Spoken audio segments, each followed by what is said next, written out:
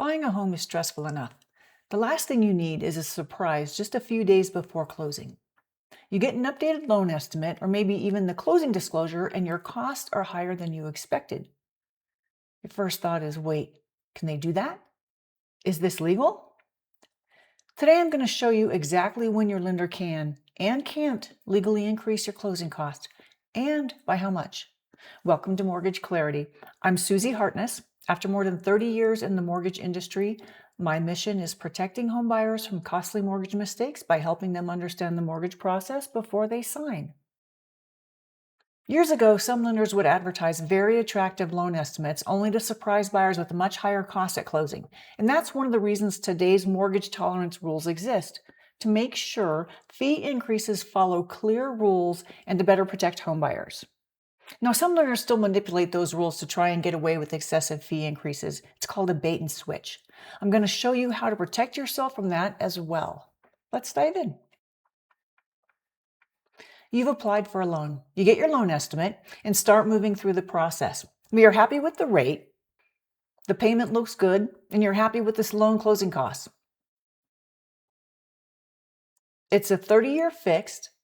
You like that, but you note here it's floating. The rate's not locked. You let your lender know you want to lock this rate. If there is some reason they say you cannot lock today, that is your first red flag. There should be absolutely no reason you can't lock that rate the day you receive this quote.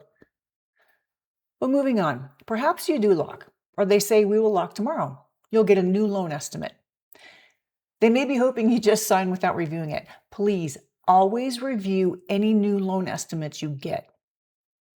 So you're expecting to see that same loan with those same closing costs. But what you get shows that exact same rate suddenly cost you thousands of dollars in extra points and fees. They'll tell you, well, the market changed. Rates go up and down every day. But it very well may be they hid those costs from you on day one just to win your business. Now, under federal mortgage laws, lenders are required to provide reasonably accurate estimates of closing costs upfront, and the law limits how much these fees and costs are allowed to increase. The law organizes mortgage fees into 3 tolerance buckets. Some costs can increase at all. Some can only increase a little. Some have no limit on the amount they can increase. So bucket number 1, fees that generally cannot increase. Bucket number 2, fees that can increase a little, but only within limits. And bucket number 3, fees that can change freely because the lender doesn't control them. So first and most important for you to be aware of, the zero tolerance category. These fees generally cannot increase from the loan estimate to closing unless there's a legitimate change in circumstance. We'll cover what that is in just a minute here. But everything in Section A, the origination charges, these get paid to the lender.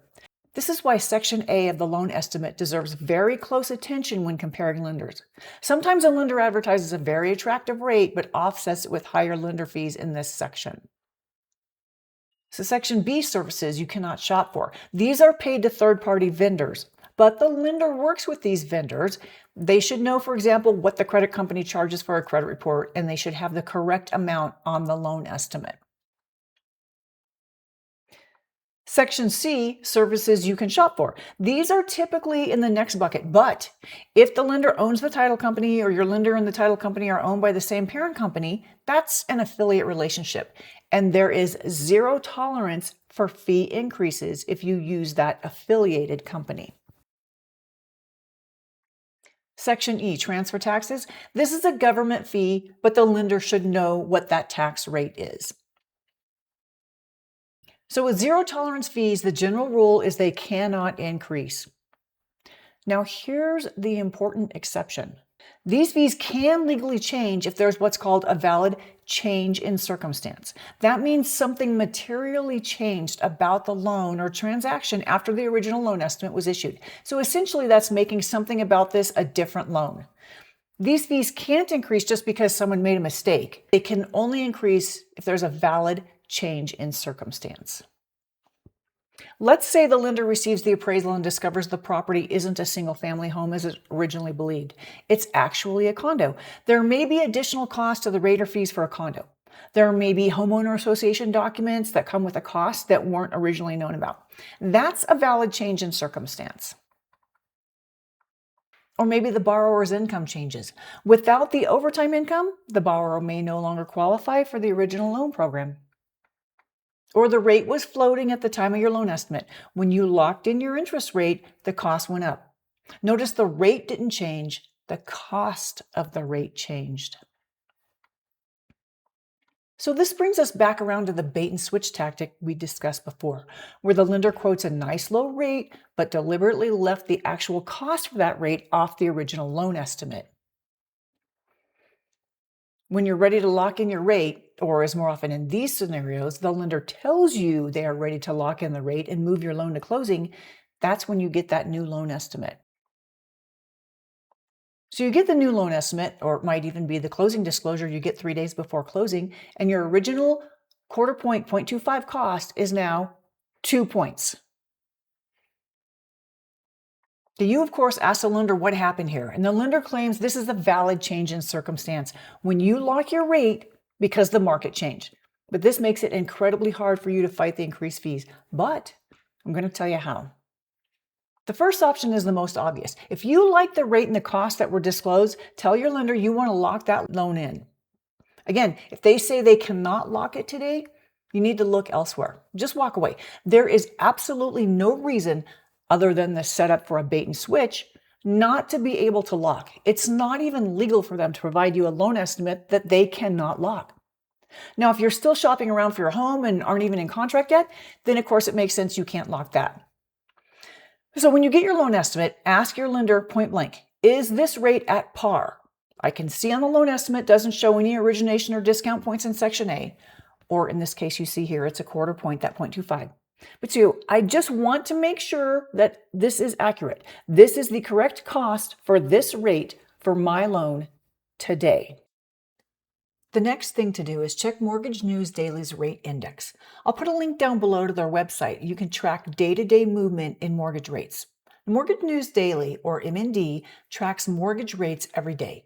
They publish the average at par rates for the day. It's not the cost, but the actual rate at par that day. This is based on a grade AA mortgage. It's got a sizable down payment. It's got a 780 credit score. It's owner occupied. So keep in mind, this is not necessarily your loan or your rate, but you can use this just to see how much and what direction rates are typically moving in. So in our example, we had a 30-year fixed rate loan. According to MND, the rate didn't move from the day before. In 1 week, the rate's gotten 0.05 better. So 1 week ago, the average rate was 6.58%. Looking at this, if you had your loan estimate anytime between today and 1 week ago, there is no way the market changed by a 2-point cost on your loan. So do not let them tell you the market changed by that much when it did not. In summary, the lender cannot simply increase fees without a valid change in circumstance. And this is how you protect yourself from that vague, the market changed explanation. If there's a valid change in circumstance, the lender must provide an updated loan estimate within 3 business days of learning about the change. So without a valid change in circumstance, these zero tolerance fees cannot change. So I'll go into much greater detail about rates and par rates and points and discount points in our next video. The second category is the 10% tolerance bucket. This one confuses people because the fees are not evaluated individually. They're grouped together as a combined total. That means one fee might increase more than 10% as long as the total of all fees in the bucket does not increase by more than 10% overall. These are often services that are required for the loan, and you could shop around, but if you selected a provider from the lender's written list, they fall into the 10% bucket. If the borrower independently chooses a provider not on the lender's list, those fees may move into the no tolerance category we'll talk about next. Then under Section E, other costs, recording and other taxes are included in the 10% bucket. The final category is what's commonly called the no tolerance bucket. This wording confuses a lot of people. What it means is these fees are allowed to increase by any amount. There is no legal percentage cap or tolerance limitation on these costs. Now, that does not mean the lender can randomly invent fees. It means these costs are typically controlled by outside factors the lender does not have any control over. The first category in this bucket is the services you did shop for. Most commonly here is the title company. So remember, if the title company is affiliated with the lender and you use that title company, it's in the zero tolerance bucket. There's no increase allowed. But if the fees on your loan estimate are just based on a title company the lender recommended, falls into the 10% bucket. If you go out and you shop for and use a different title company, the lender has no control over that. Those fees can now increase by any amount. Additionally, we have homeowners insurance premiums, prepaid interest, deposits for your escrow account setup, property taxes, and any other transaction-related costs, not loan, but transaction, like maybe you need a water test or a pest inspection, or there's a real estate transaction or coordinator fee. So also note here the owner's title insurance policy. The lender does not require you to have title insurance, so no limit on the amount of increase there. So again, these are not loan fees. This is your homeowner's insurance, property taxes, homeowners association has a transfer fee, that kind of thing. And legally, there is no tolerance cap limiting those increases. That's why it's important to understand some fee increases are not necessarily lender mistakes or violations. Sometimes the underlying cost itself genuinely changed. If certain fees exceeded allowable tolerance rules, the lender may owe what's called a tolerance cure. Basically, they reimburse the borrower for the amount exceeding the legal limit. So most lenders work very hard to avoid tolerance violations, but mistakes can happen, especially if the fees are not updated properly during the transaction. The best way to protect yourself is save every loan estimate and closing disclosure. Compare the changes line by line and what the change in circumstance is.